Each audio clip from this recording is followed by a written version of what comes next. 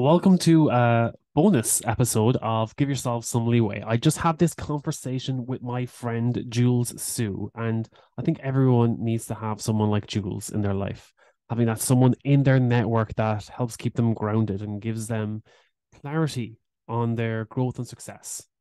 And yeah, I just had this conversation with Jules where I think one of the key takeaways has been how my leeway journey and the fundamentals of that, prioritizing my physical, mental, and emotional well being through the fundamentals of self awareness, self compassion, and self care, have shown up in my life as opportunities for growth and success.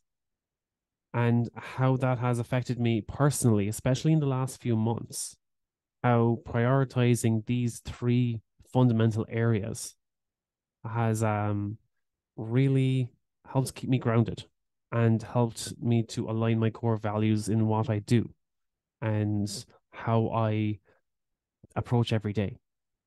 I really hope that you get as much out of this conversation as I did with Jules. And yes, if you want to continue the conversation or if you want to give me any feedback, you can reach out to me at eugene.leeway on Instagram, give yourself some leeway.com, or shoot me an email, eugene@leeway.ie. Thank you. And I really hope that you enjoy today's conversation with Jules Sue.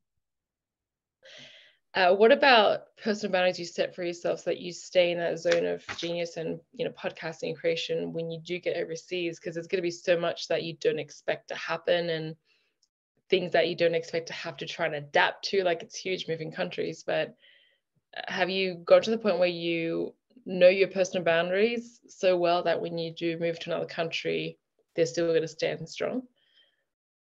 I think so far I know that I'm I have my morning routine and Mm, I have my, let's say, I prioritize sleep in the evening. And when they're out of sync, I automatically feel like, okay, today is an off day, or it's like I'm not, let's say, operating at my at optimal. And I kind of have to take a step back and be like, okay, I'm not operating optimal. I'm still going to get what I can done today. I'm going to have to mm, acknowledge that I'm not at my best, but I was like, but tomorrow's a new day. And mm. I was like, I'm going to get my sleep in, or I'm going to get my exercise in, or I'm going to get my podcast time in. And I Yeah, feel better once I have that. Let's say once I start off with those wins in yeah. both in my morning routine, and let's say if I get to bed on time, that I'm like, yes, I'm well rested now for tomorrow. So tomorrow is going to be tomorrow's a new day, and it's going to be a great day. And I think that I know that I need to prioritize those so that I can show up at my best in the new role. And Mm-hmm. I think that um I think there's the fear. There's always the fear that it's like, oh, I'm going to have to take on so much more, and there's so much learning, and there's all these challenges. I'm going to have to do everything in as little Mm-hmm. time as possible to try and to impress others. But I know it's like that's a surefire way to burning out. And Mm-hmm. yes, you're going to be trying hard, and you're going to set unrealistic expectations that you can operate at this level Yep. for months on end, and Mm-hmm. next thing, just completely flatline a few months later, rather than being like, okay, yes, I can work between this hour and this hour, but I need to prioritize getting this done in the morning before work, so Yep. that I'm, let's say, getting my exercise routine in, or getting let's say, meal prep and stuff ready, and I'm getting grounded for the day, and Yep. then at nighttime winding down, Yeah. prioritizing winding down, or having some social activity or some networking activity in the evening, so that I can take my mind off work, so that I can recharge for the next day. Mm.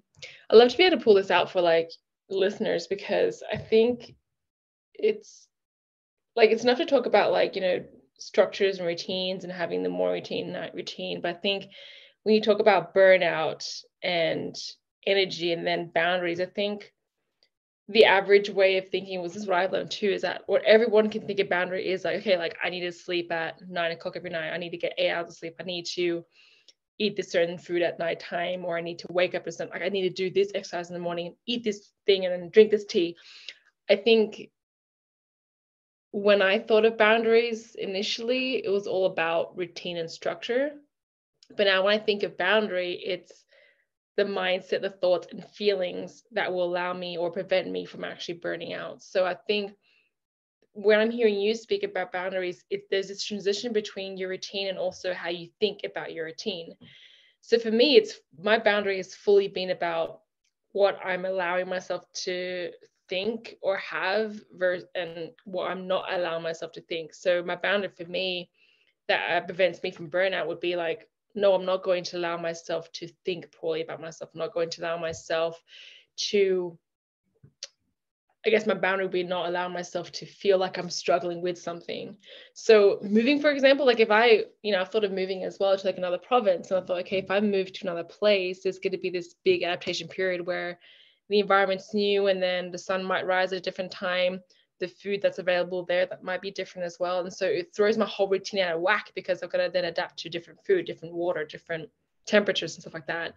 But then my boundary is like, okay, no, my boundary is no, I think that everything is growth. I think that I can approach everything with this is new, this is a different feeling, this is freeing, this is challenging, and this makes me an authority in my life. This makes me a leader, this makes me more resilient. And so my boundary there is seeing everything as a growth opportunity versus, oh, like I didn't eat my cereal or whatever it is this morning, it's not available, that sucks. And then I would go into this whole self-criticizing thing. So I think it's really important to see like your boundary a certain way that's healthy, that helps you meet your environment that is constantly changing so that you don't burn out. Because I think it's a really important journey you're getting to go through, where how do you set your boundaries so that you don't burn out in an ever-changing environment? Yeah, you're setting boundaries. Let's say you're getting that mindset, let's say, that you're not treating yourself poorly. And like where I set my boundaries is I do, let's say, have metrics, let's say, where again it's not treating myself poorly, but it's setting those boundaries where I'm prioritizing my, let's say, my self-care routine. And I think, yeah, it's similar in a way, but like I think yours is more, let's say, more vague and broad, where you're saying like I'm not going to treat myself poorly, whereas I'm like, I know I'm not going to treat myself poorly by prioritizing my self-care routine. That Gotcha, I'm going to yeah. prioritize my morning routine because that's what makes me feel good. That's what gets me grounded and gets me ready to take on the day. And it's where I, let's say, give myself a moment to maybe go for a morning walk, and I Yeah. know that I can have a conversation with myself first thing in the morning. I get that clarity where I'm like, how am I feeling today? Am I feeling groggy? Do I have this mental fog or anything? Is there anything I need to address before I start my day? Is there anything that's lingering in the back of my mind that I know will probably affect me before I go into work, that might affect how I show up to others? And these are things that I like to talk myself through, have that self-talk, and so that I know, okay, I have a clear conscience going to work, that it's not going to affect anyone else's day. That I can show up with compassion, both for myself and for others. And then am I prioritizing my self-care so that I'm showing up, that I can show up, let's say, with that halo effect that shines, so that everyone else is like, oh wow, Eugene's having a great day today. What did he have for breakfast? I love it because what you're saying is that it's about the what versus the how. Because what you're saying is like, okay, like, I'm not gonna let myself do this by prioritizing myself routine, but you're not going to like, okay, I need to do this by eating this at this time. So it's less of like how you do it and versus like, I've got to have a morning routine. I've got to prioritize a morning routine. So how you do it can be flexible as long as you have a morning routine. That's cool. I love that. I think another thing that you covered as well that I loved, you covered this in your podcast recently, was the rate of self-evolution. I love that concept. I really like that one. It was it's interesting because it was in a Mindvalley coaching thing, and I had to go through it a second time. It was only the second time I realized it spelt the word rose, because he talked about rose, and I thought when he said rose, I thought he was talking about like ROWS, like you got to get your rose in, like your reps, you know. But it makes sense to me now when he talked about your rate of self-evolution. I'm like, oh crap, that makes a lot of sense. And I think this is important too. Now I want to try and think about it in the perspective of burnout and giving yourself that space. And it's really important to me now. I'm trying to think about how that would relate to burnout and being attentive to your rate of self-evolution, because I think one of the things that stuck with me in that training was, if we're always focusing on our growth and how we can grow, then as we get on in life and the years that come after, then we experience less burnout, just because we're automatically just feeling good about ourselves and automatically always growing, so that that feeling of burnout becomes less and less. And so the whole concept of working on focusing your growth all the time is that you get to experience and enjoy more of life, and then feel less pain and suffering, which can be equivalent to the burnout stuff. So I think that's a cool thing to even relate to burnout, where it's not just how to navigate burnout when you have it, but it's how to pay attention to yourself as you get on in life, so you actually experience less burnout and have less suffering and less pain. And so going back to what you mentioned in the first couple of minutes of this recording is those three simple things you're talking about, the self-care, the self-routine and whatnot. So what were the three again that you focused on? Simple steps. Self-awareness, Self-awareness. Yeah. self compassion and kindness, Yeah. and self-care. Yeah, I love that. And I think those three are directly like speaks to your rate of self-evolution. Like, how well can you do those three simple steps so that you're growing at a rate that allows you to experience less burnout every day, every week, every month, every year. And so you'll get to a point where you're coaching people who just never experience burnout because they're so good at those three simple steps. Yeah, and they kind of all, let's say, fall into place where you aren't going to take care of yourself if you aren't like you won't take care of yourself if you aren't aware of yourself first. So if the self-awareness isn't there, then you're not going to prioritize your self-care. If you can't meet yourself with compassion, then you're not going to give yourself that time. You're not going to prioritize that self-care for yourself. So the self-awareness and the self-compassion have to fall into place first, so that you can put yourself in the right state of mind to realize, okay, maybe there's something out of whack. There's something not, let's say, in alignment with me at the moment. What is that? Do I need to address that so that I can show up better today, show up better for myself and for others? And then have that self-compassion rather than berating yourself. You want to be like, okay, if I'm not showing up well today, what is it? What do I need to address? How can I show kindness to myself so that I can make sure that I'm also showing that kindness to others? And then once you have that awareness and compassion in check, you're like, okay, in order to better myself, I need to take care of myself so that I can also take care of others.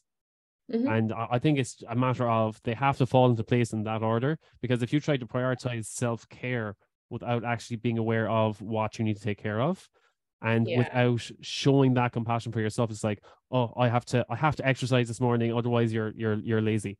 Or it's like, oh, you missed 3 days in a row, now you have to exercise tomorrow or else you've failed this week. And having that negative self-talk, then you're not going to take care of yourself. Or you're going through these self-care actions, but you're actually affecting your mindset around those self-care actions, that you're having that negative self-talk around those actions. You're not going to be looking forward to taking care of yourself. You're not going to look forward to exercising or your nutrition and your diet, or let's say your or meditation or mindfulness or any of those other activities if you have negative self-talk around them. But having that awareness and having that compassion sets you up for a healthier, more consistent self-care routine. Yeah, that's exactly what I was going to mention too. I think those three simple things you teach people creates consistency. And because without the consistency factors, then it's easy to still burn out. Even if you have only one of those three, having them three together actually creates consistency, which is really cool. So we're coming up to time. Like, what would you say this theme of our discussion has been? And what would be like a key takeaway you can give everyone? Or would you want to give everyone? I think it's definitely been growth, and that even though, let's say, with us, we have pivoted a lot in our growth journey, but it's never, as you said, it's not about shiny object syndrome. It was about getting more clarity and getting more focus on what needed to be done. That it wasn't a matter of, oh, I'm getting bored of this area of my life and I need to find the next shiny object and see if that's guiding me in the right direction, but focusing on what is in most alignment with your values, with what you want to do. Mm-hmm. And once you get laser focused on that, that points you in the right direction. And it's not so much a pivot as opposed to, let's say, a more direct alignment as to what you need to do for your own progression, for your own growth, to be more in alignment with your own core values. And like it started off, let's say, you thought that it was e-commerce and entrepreneurship. The next thing you realized, oh, maybe it's community building. Maybe that's where it is. And that community building brought you into podcasting and the likes. And next thing that brought you on to self-publishing and coaching. And it just brought you more into alignment with the activities to get you into that area of expertise where you want to be. And I think that a lot of people are afraid of pivoting because they feel like they're failing on their past activities rather than finding out where their growth is. And I think coming back then to the three areas of like self-awareness, self-compassion, and self-care, is having those help to ground you and center you when it comes to finding that alignment. That once you have that self-awareness, that self-compassion, and then implementing that self-care, that's the best way of knowing who you are and what you need to do for your own growth and your own progression. There you go. Said well. Like it.